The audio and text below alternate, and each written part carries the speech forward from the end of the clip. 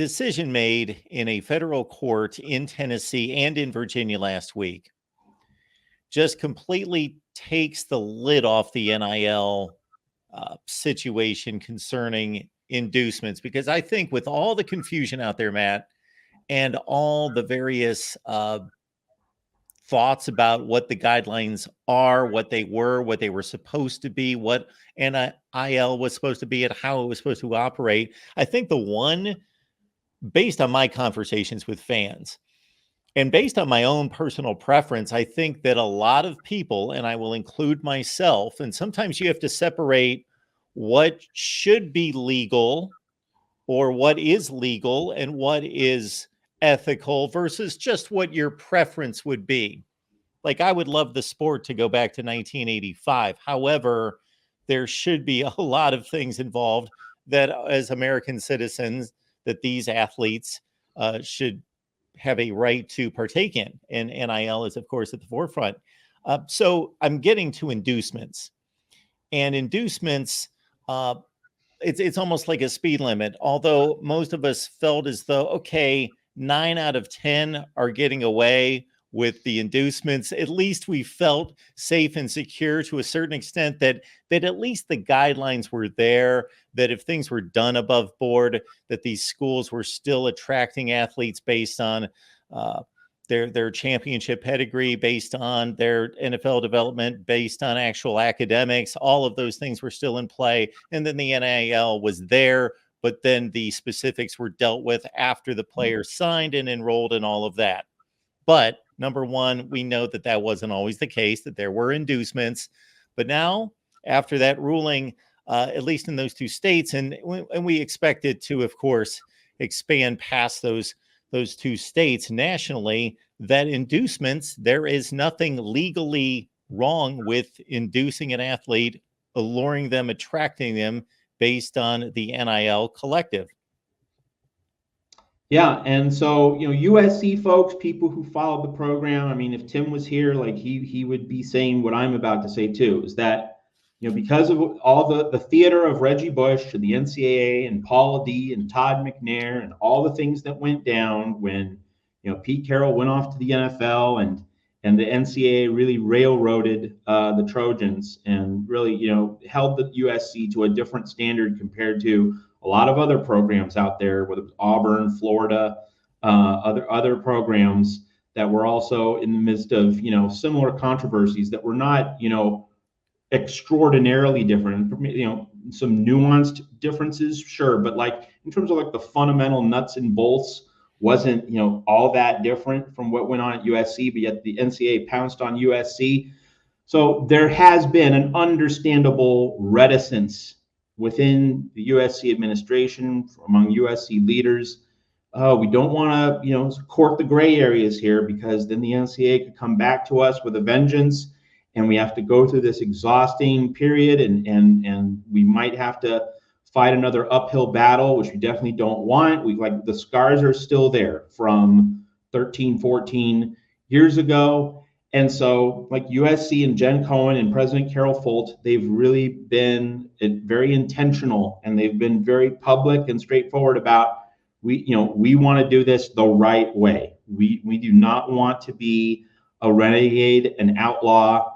And so this is really interesting, right? Because now USC should not live in the same amount or degree of fear that the NCAA is going to come bringing the hammer, bringing scrutiny. Now everything's out in the open. There should ostensibly, one would think, be a lot more freedom in terms of making an aggressive run at recruits. And one of the other specific things to note here for USC is that, it's not as though recruiting's been problematic at all positions. Like USC getting quarterbacks, getting guys in the portal, and because of Lincoln Riley, of course, prime quarterbacks, receivers, they will want to play in a Lincoln Riley offense because they know that's NFL quality development. What's lagged behind has been, of course, the defensive side of the ball, and also most centrally line play. And one of the big droughts, struggles, continuing points of failure for USC over the past several years, of course, with deep roots in the Clay Helton reign of error, has been the inability to consistently bring in 5-star offensive linemen, 5-star offensive tackles.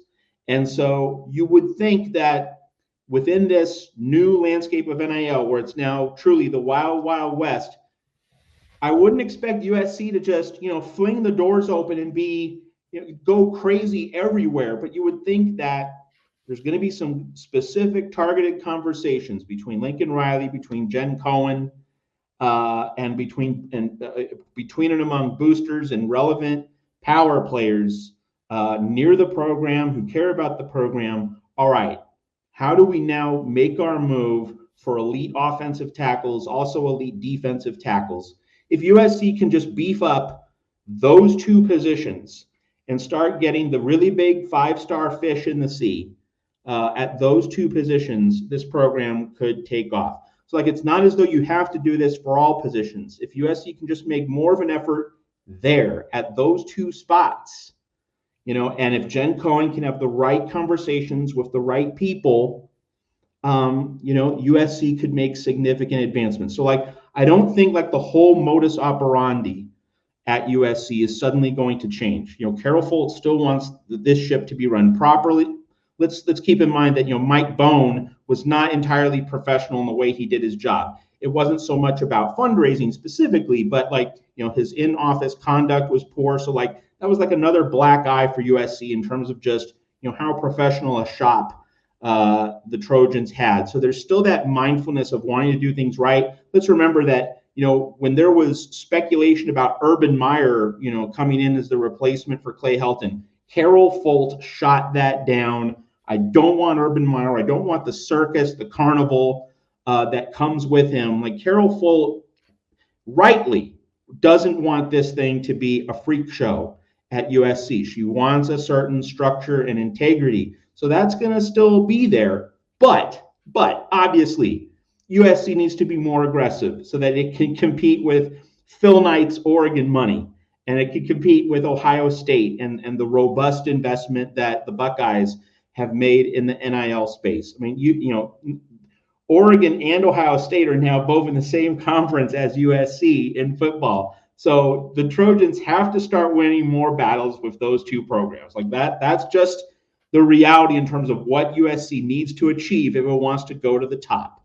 And of course, that's the goal, to be at the top, certainly to make the 12-team playoff. I mean, if USC is missing that 12-team playoff with any degree of consistency, that's a pretty bad failure. Maybe not for this year, because it might be a little bit, USC might be caught a little bit in between, but certainly going forward, 12-team playoff should be an annual expectation at USC, no bones about it.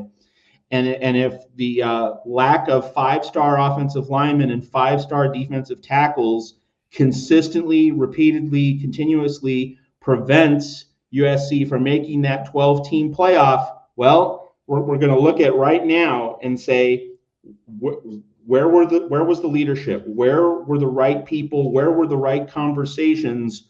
Why did this project not get moved forward? So that is the foremost job for Jen Cohen right now as the one who's steering the big ship of USC athletics, USC football on this macro level at the 40,000-foot view. She needs to be having the right conversations in terms of how do we move this thing forward more aggressively, still playing with some using some guardrails and using some common sense principles, but being able to push ahead. There's no question that the NIL effort needs to be more vigorous, more targeted, and produce, of course, bigger results.